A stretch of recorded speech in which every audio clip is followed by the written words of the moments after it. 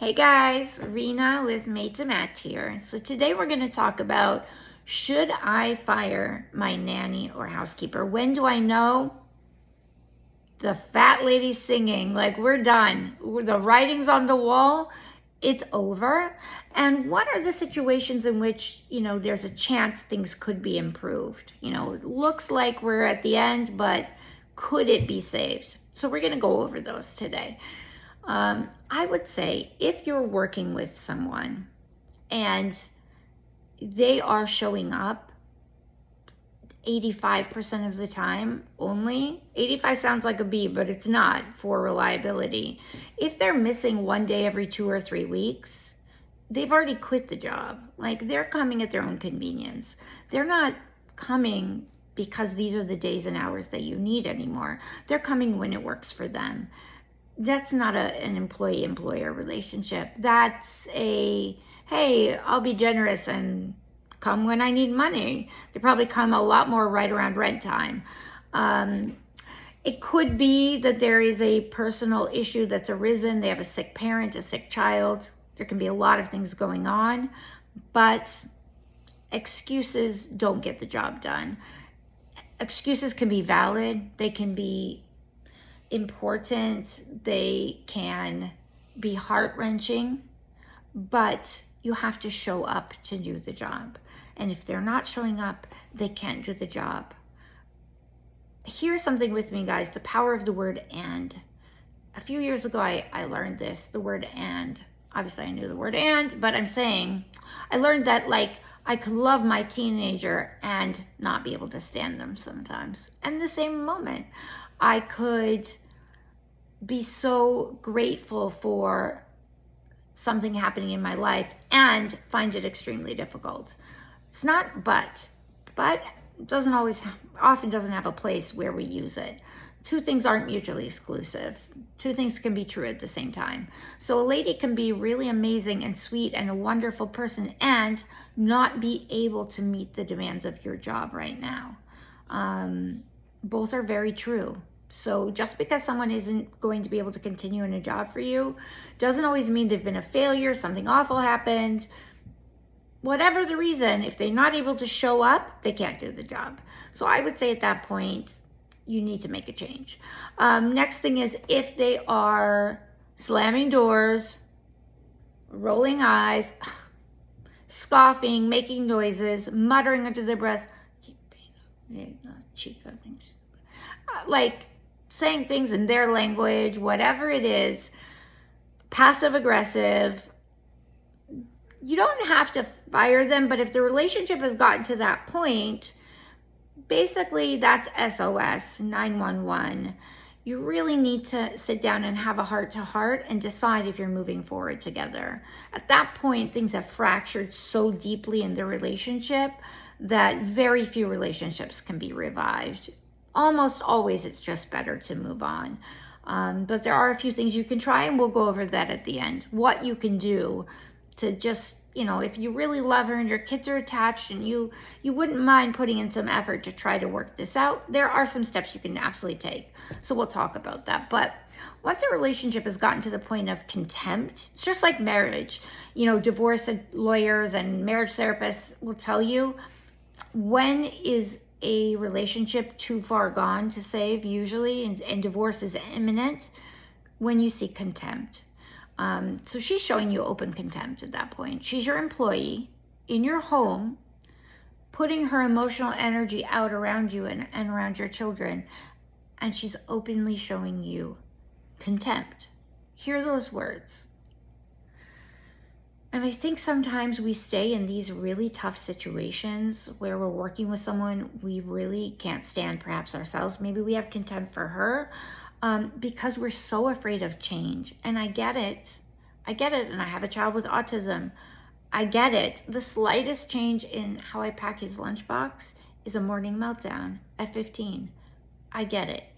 But change doesn't have to be that frightening. When you're doing it on your own, sure. If you're out there on Facebook, in Facebook groups saying, hey, I need a nanny, I need a housekeeper, that's like walking into a bar and saying, I'm going to leave with my husband tonight. One of you all is my husband. Who showed up here tonight? Whoever shows up to leave their number on Facebook is your next housekeeper, the person you depend on, second only to your husband and making your life run. That just, you're going to spend $30 to $50 to $80,000 depending what you're looking for, what socioeconomic bracket you're in, on this person. You're going to just shoot your shot in a Facebook chat and get a number, and that's going to be your best. Don't work with me, work with another agency, but make sure they're good like us. It just doesn't make sense to me. It's a critical decision, and people leave it up to Facebook. Someone who's great for your friend's family doesn't mean she's great for yours. So point is, though, that there are many, many people out there, and if you're working with an agency who can guide you, match you to exactly the right person, not only for your family's needs, but for your family culture, your family vibe, who gets your family humor and really loves you guys, and it's more than a job to them, and they're digging deep and they're showing up in tough times for you. Why stay with someone who, if here is the critical point, the breaking point for, okay, that's it, we have to change, and you're here with your person every day, why? Life's too short, guys. Another reason that you might want to fire a lady is if you've outgrown her. Let's say you needed a nanny when your kids were younger, and now they're in school, and you really need a housekeeper, and she's such a great nanny, but she's not a great housekeeper. She just doesn't have the eyes to see the dirt. You've tried to teach her and show her a million times, but she can't transition to this new role. And every week you're paying $800 a week, and your house is still dirty, and you're frustrated, and you're complaining to your husband. Do you know what I just saw today? I saw that piece of thing on the ground. It's still stuck there from last week. And your husband's like, I'm done. I don't want to hear about this anymore. We're firing her. Thank you. They're going to be, usually the husband is much faster to say, we're done. We don't have to honor this emotional connection with her forever. We're not adopting her. We need a housekeeper. She was a great nanny. Again, and she was a great nanny, and we love her as a nanny, and we cannot continue with her now because she can't clean her way out of a box. Both are true. So that's a time to let someone go. And yeah, those are the really big signs. And a lot of subtleties come out there. People call me all the time and say, hey, I hope you don't mind. I might need your services. I might need a new nanny, but I'm not sure if things can be fixed with the person I have now. I would say 30% of the time, I'm able to help that person fix that relationship. For sure, of course, for no cost. I'm talking myself out of business, right? But I'm thrilled to be able to help that person. Thrilled. So, there are times where things can be saved, but I hear a lot of subtle situations that need to be thought through, and I'm happy anytime, again, for free to talk that through with someone. So what could you do, just before we go, there are the reasons you should fire someone, and what could you do if you really don't want to? I would say honesty is it. Leaning in, having that honest conversation. Hey, can we talk? I see you slamming the cabinets and rolling your eyes. I'd like to know what's upsetting you. And if it's something that I'm, willing to show up and fix, or I can fix, great. If not, this isn't something we can continue, and it's not good for you or for me. Having the tough conversation. You were such a gift to our family as a nanny, but we really see we need something different now. And your gifts are working with children. And I would love to help you transition into a new job, working with children. Hear those words again, guys. That's about her and what's best for her. There isn't any apology. There aren't I statements. You helped us so much as a nanny. You were so amazing. Now we don't really need a nanny anymore, and you're not getting to use your skills with children. We would love to help you transition into a new role where you're working with children again and your greatness can shine. That's about her and what's best for her moving forward. So that's, that's a transition one. And if she's not showing up, the tough conversation is show up or don't show up again. Show up every day consistently or don't show up again. The next day you miss work, don't bother coming back.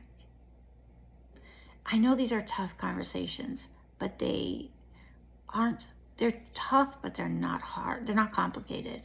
They're not complicated.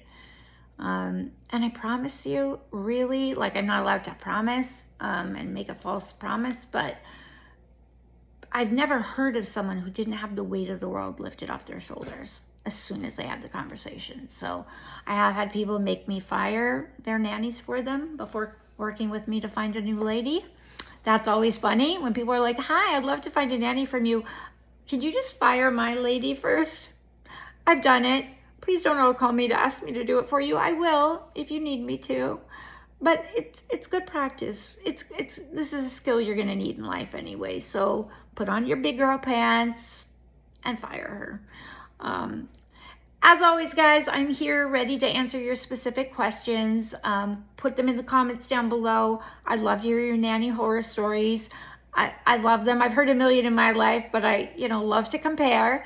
But also, any situations you've had when you knew it was time to fire someone, put them down below. I knew it was time to fire her when. I'd love to read them, and I'm sure we all would too. So please entertain us. Let us laugh at someone else's misery. Please, Schadenfreude. We all love it. And if you want to send me any questions privately, hey, Rena, I'm stuck in this situation right now. I don't know if I really need to let her go. What do you think? I'm here, as always. No expectations. Happy to help where I can. So, looking forward to seeing you guys in the next video. Subscribe. I don't need to tell you how this works. I'm 50. If I know how this works, then you know how this works. Subscribe so you don't miss the next video. And we'll see you again soon.